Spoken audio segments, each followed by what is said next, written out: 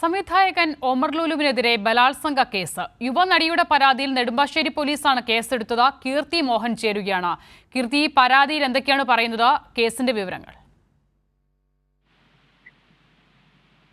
സംവിധായകൻ ഒമർ ലുലുവിനെതിരെയാണ് ഇപ്പോൾ ബലാത്സംഗ കേസ് ചുമത്തിയിരിക്കുന്നത്. യുവനടിയുടെ പരാതിയിലാണ് കേസെടുത്തിരിക്കുന്നത്.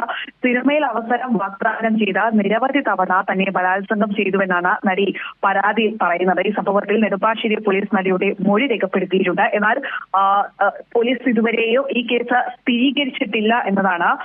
കൊച്ചിയിൽ സ്ഥിരതാമസമാക്കിയ യുവനടിയാണ് ഈ സംവിധായകൻ ഒമർ ലുലുവിനെതിരെ കൊച്ചി സിറ്റി പോലീസിന് പരാതി നൽകിയത്. പിന്നീട് അത് നെടുമ്പാശ്ശേരി പോലീസിന് കൈമാറുകയായിരുന്നു. കഴിഞ്ഞ ജനുവരി മുതൽ ഏപ്രിൽ വരെയുള്ള കാലയളവിൽ ഒമർ ലുലു സിനിമയിൽ അവസരം നൽകാമെന്ന് ധരിപ്പിച്ചും ഒപ്പം തന്നെ സൗഹൃദം നടിച്ചും വിവിധ സ്ഥലങ്ങളിൽ വെച്ച് ബലാത്സംഗം ചെയ്തുവെന്നാണ് പരാതിയിൽ പ്രധാനമായും പറയുന്നത്.